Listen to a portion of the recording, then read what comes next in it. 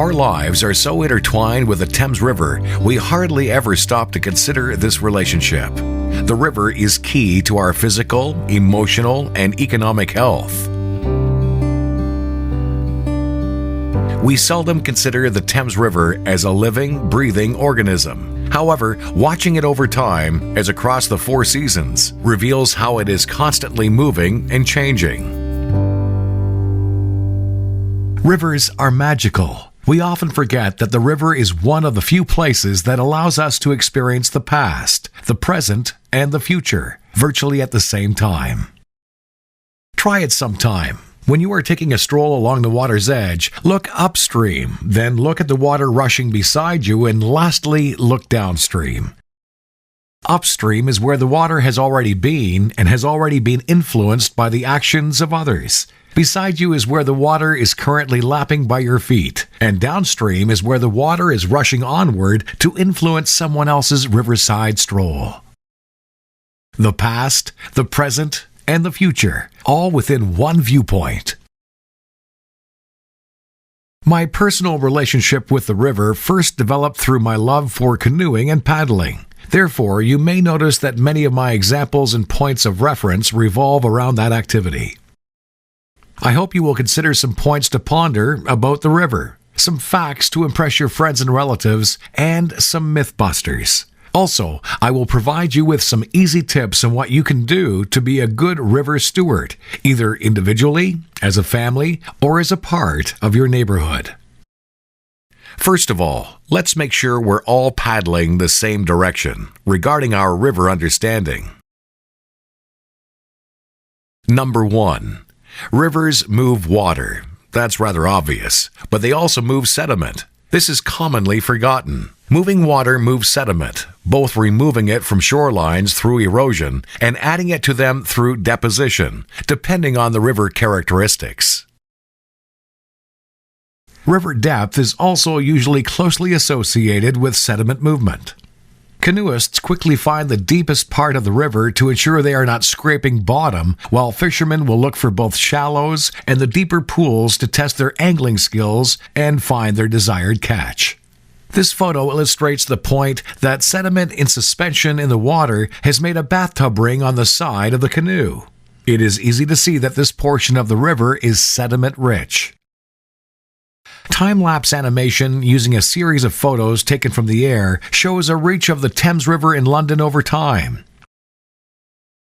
It provides a glimpse of the evolution of the river at one location through 8 decades. It shows how sediment is deposited and removed from an island depending on the river characteristics that year. This example shows the river is virtually in constant change. Number 2. Someone lives downstream. Rivers are a part of a system. No matter where you are located, another landowner, another community, or another species of animals that uses the river is located downstream. They are therefore potentially impacted by your interactions with the river. It is up to you to ensure that your impact is positive, not negative, but more on that later.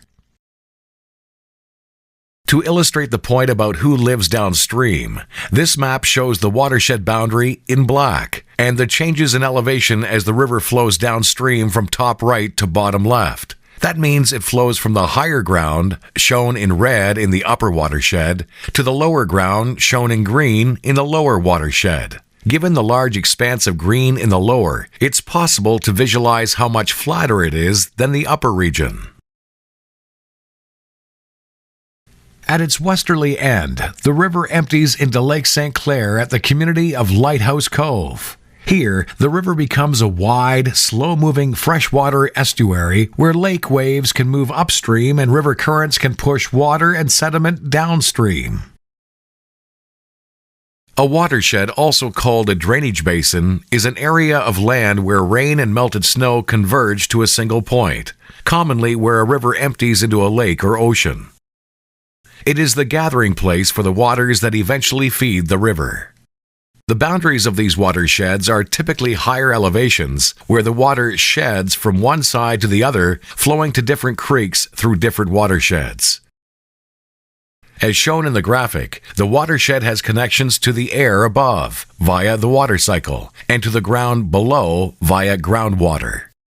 The topographic distinction from upper to lower portions of the watershed provides one reason for the formation of two watershed conservation authorities, UTRCA and LTVCA, each one assisting their partner municipalities and communities to manage these lands.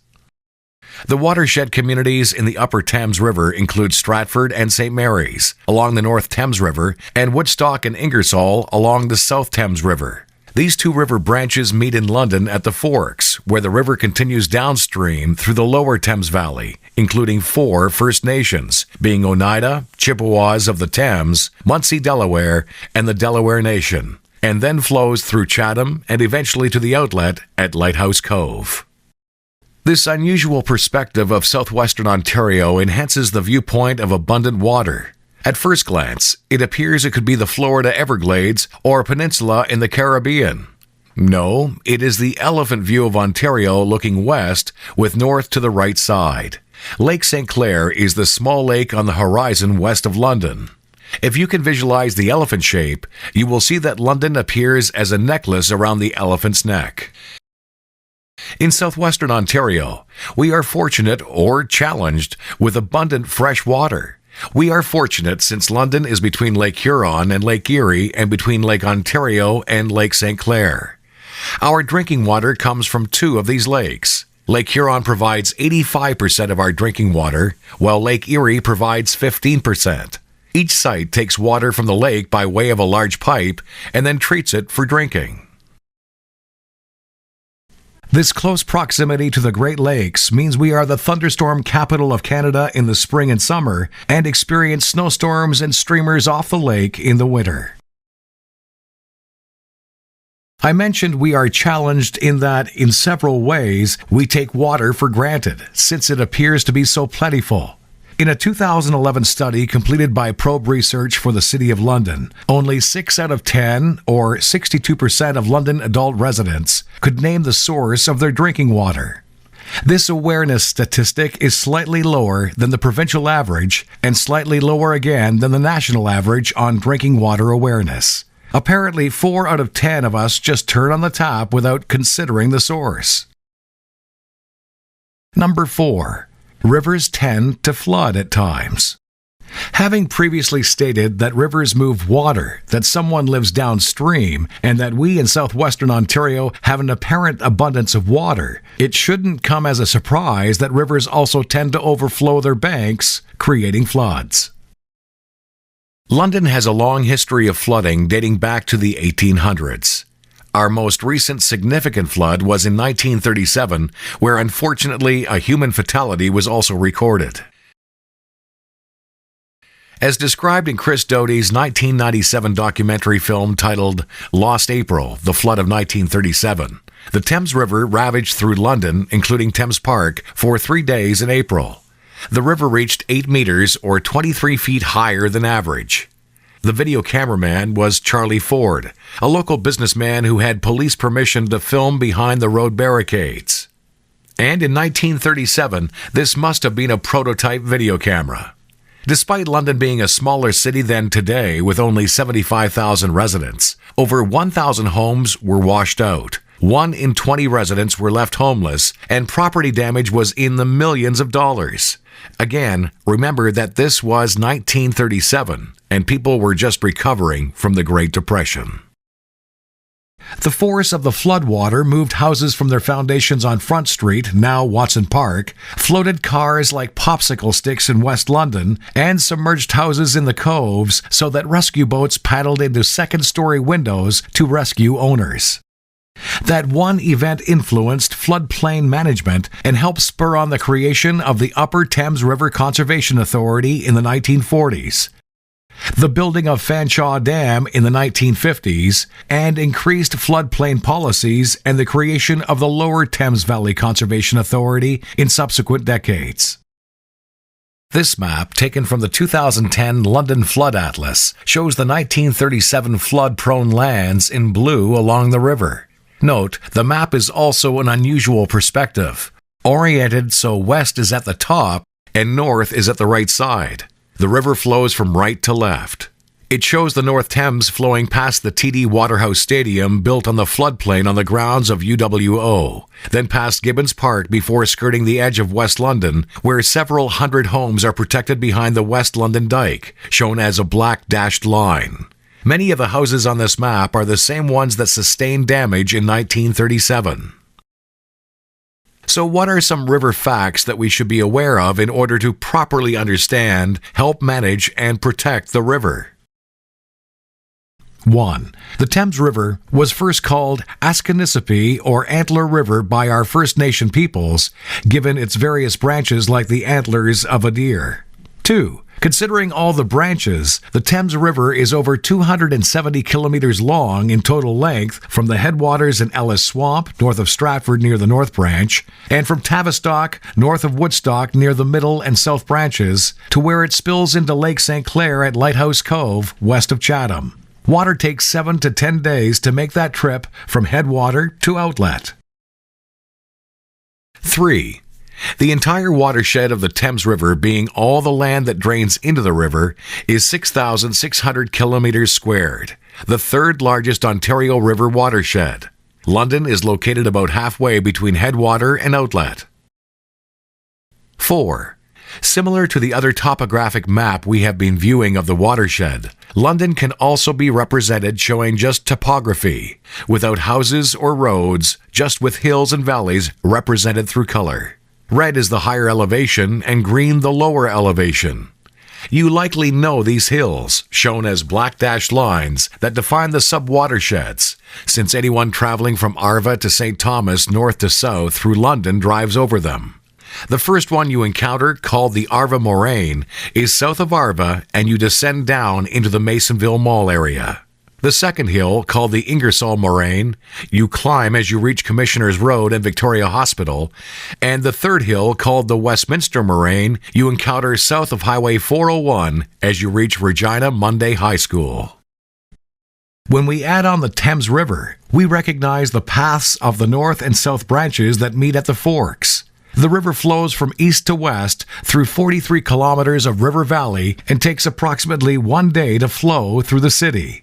However, during flood events, that speed increases dramatically to only a few hours.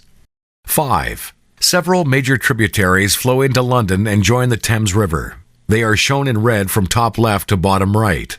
The creeks named Medway, Masonville, Stony, Mud, Pottersburg, Wabuno, Dingman, Dodd, and Upper Kettle. There now. What do we have? It looks like we've created the last play from the third quarter of the Grey Cup. So to finish this mapping exercise, if we combine the red areas being high points of land called moraines with the low areas where you find the creeks and the river, you are able to determine London's sub-watersheds. Each color represents a distinct sub-watershed. These smaller units all form part of the larger Thames River watershed, or at the south end of the city where we find Dodd and Upper Kettle Creeks, part of the Kettle Creek watershed that flows directly to Lake Erie. Watersheds are described and labeled according to the different scales that are used to analyze them, since they have the ability to nest or fit into one another. For example, Snake Creek and its surrounding watershed, located in London near Wonderland and Gainsborough Road, flows into Medway Creek and becomes a sub-watershed of the larger Medway Creek watershed. Similarly, Medway Creek drains into the Thames River near the University of Western Ontario and becomes a sub-watershed of the larger Thames River watershed. The Thames flows to Lake St. Clair and eventually down the Detroit River into Lake Erie, forming a subcomponent of each of those larger watersheds.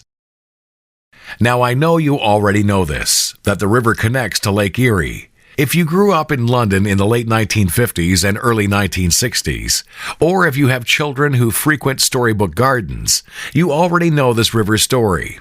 That is because the story of an unusual city employee by the name of Slippery the Seal, who became a household name in 1958. This harbor seal, and temporary resident of Storybook Gardens in Springbank Park, took a swim down the Thames River from London, only to be later found days later along the shoreline of Lake Erie across the border near Sandusky, Ohio. 6. In London, your daily habits can influence water quality in the river and creeks. These posters illustrate the three water systems that form the urban water cycle. These systems are managed by municipal staff, but what happens inside your home is beyond their control. As you know, municipal drinking water, the poster on the left, comes into your home. Wastewater, the poster in the center, leaves your home after you have showered or used the toilet. And runoff from your yard and roof flows by way of the storm water system, the poster on the right, to the river.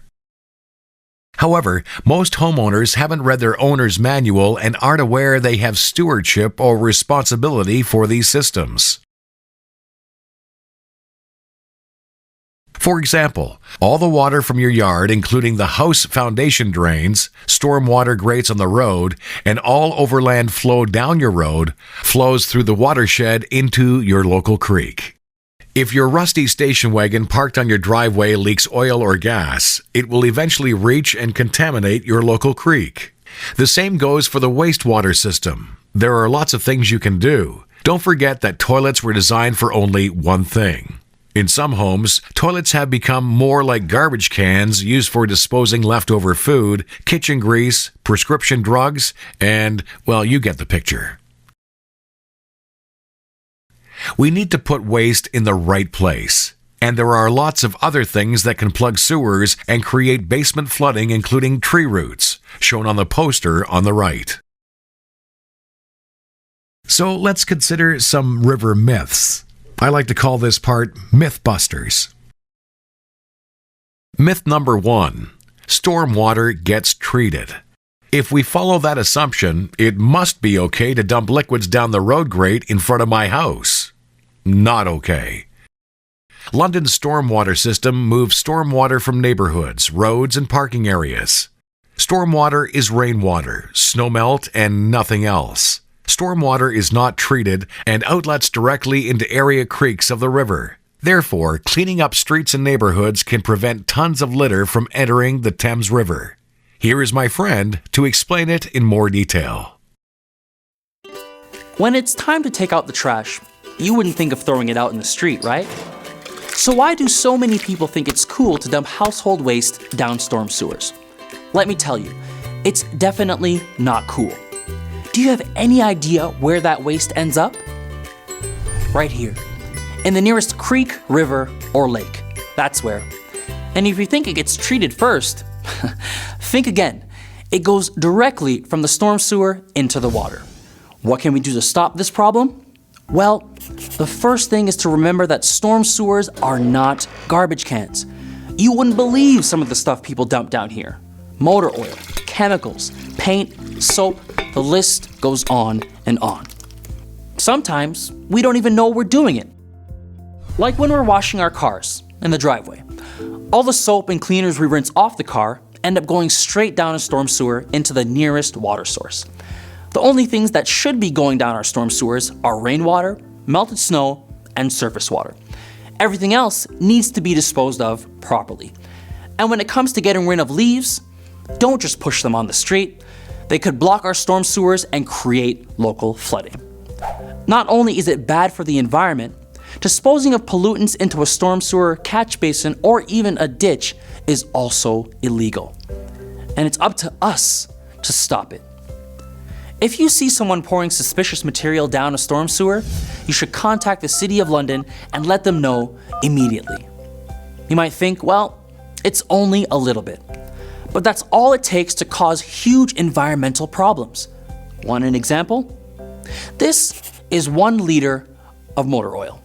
If it accidentally ended up getting into a storm sewer, say when you were changing your oil, that wouldn't be a big deal, right? Wrong. Just 1 liter of motor oil can contaminate 1 million liters of water. That's 1 million liters of water that we can't drink and that fish can't swim in. Scary, isn't it? So, what can you do to help? First, dispose of all your household waste properly. Sweep up outdoor spills and dispose of them in the trash or landfill if they're not hazardous. For wet spills like oil, apply cat litter or another absorbent material, then sweep it up and put it in the garbage. Dispose of unused chemical products such as paints and antifreeze at the local household special waste depot on Manning Drive. Clean your car, windows, or whatever on your lawn, not on your driveway. Your lawn will actually filter out chemicals before they go down a storm sewer. And if you just don't wash your car on the lawn, take it to a car wash. Plus, don't forget, you can prevent spills from happening in the first place by using drip pans. And if you see someone else dumping pollutants, report them to the City of London. It's wrong and it's illegal. Remember, storm sewers are not garbage cans. The only thing that should be going down them is water. If you're even thinking of dumping something else, ask yourself a question. Would I dump this in the Thames River? No. The answer is no. Then it shouldn't be going in your storm sewer either. Put waste in the right place, and you'll be protecting our environment too. Myth number 2. Our plentiful Great Lakes water source will always be plentiful. Not likely. As we learn more about the projected impacts of climate change, large lakes such as the Great Lakes have huge surface areas and act as large bathtubs when warmer air passes over them. This means more evaporation from their surfaces. And since much of this evaporated water blows outside of the watershed, other areas will get the precipitation and it will not replenish our Great Lakes. Much of the Great Lakes are composed of melted glacial water from the last ice age covering Ontario several thousand years ago. Therefore, it is safe to say that we have no glaciers in our forecast to replenish the lakes. We need to protect what we have. Myth number 3. A watershed is not a building that contains bottled water. This is just a review to see if you're listening. This graphic actually shows the correct depiction of a watershed, which is the one you should remember. Myth number 4. The Thames Valley Corridor plan is all about bike paths.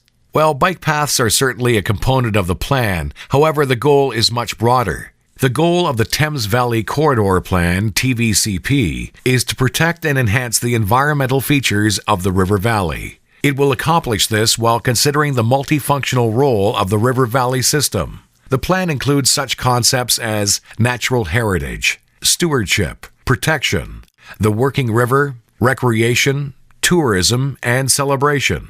It provides an environmental action plan that integrates mapping and information to protect and enhance the valley corridor, and river awareness is a key reoccurring theme. The Thames Valley River Parkway is actually made up of various parks all located in the floodplain of the Thames River. During floods, these parks and much of the trail system becomes unpassable with floodwater. Although it may not be apparent at first glance, this is a reflection of wise land use management along the river. Developing parks and trails rather than houses and stores means that there is less damage during repeated flooding.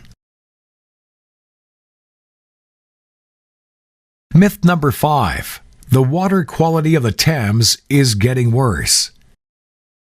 Specifically in London, river water quality has been getting progressively better since the 1960s. Improvements to sewage treatment have played a significant role in water quality improvements, in addition to improvements from industrial and agricultural impacts. Greenway Pollution Control Plant, shown here, is one of 24 in the watershed and one of 6 in London. Watershed-wide, the last complete basin-wide investigation occurred in 1975. Much has occurred since that time, including improvements to all 24 sewage treatment plants in the watershed. These treatment plants are located all across the watershed in all major cities, including Stratford, St. Mary's, Woodstock, Ingersoll, and Chatham-Kent. Attention to the Thames has been ever increasing, including initiatives such as Celebrate the Thames, championed in 1999. This attention was a precursor to the Canadian Heritage River designation achieved in 2000 after several years of research and related work. In 2012, the Clear Water Revival Initiative aims to improve the health of the Thames River. This initiative features a logo with a bullfrog named Jeremiah to attract attention. It seems to be working.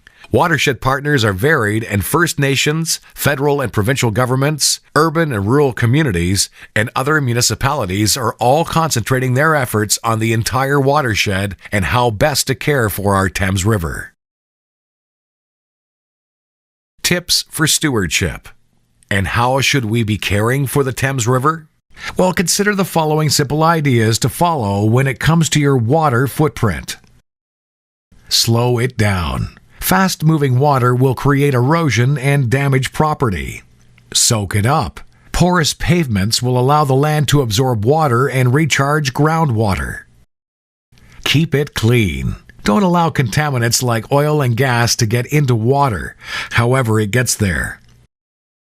5 things you can do to help safeguard our watersheds. 1. Let water sink into your yard, replenishing groundwater and local creeks, rather than directing it to the storm grate. 2. Naturalize your property. Drought-resistant native plants will need less water. 3. Capture rainwater. Water from your roof could be used to water plants and your yard. 4. Check your water footprint and get into the habit of not wasting water in your daily life. 5. Disconnect downspouts. Historically, too much roof water was directed into storm water drains, creating problems. How to get involved? Participate in the Coves Cleanup, which has been an annual event in this community since 1991, spearheaded by the Friends of the Coves. Host a site in London's Clean and Green event and the Thames River Cleanup that happened the same day in April. Join groups like the Friends of Stony Creek, who celebrated their 20th anniversary in 2012 at the Stony Creek Community Center. Get your family involved in Earth Day or any local neighborhood environmental event. If your neighborhood doesn't have one, create one.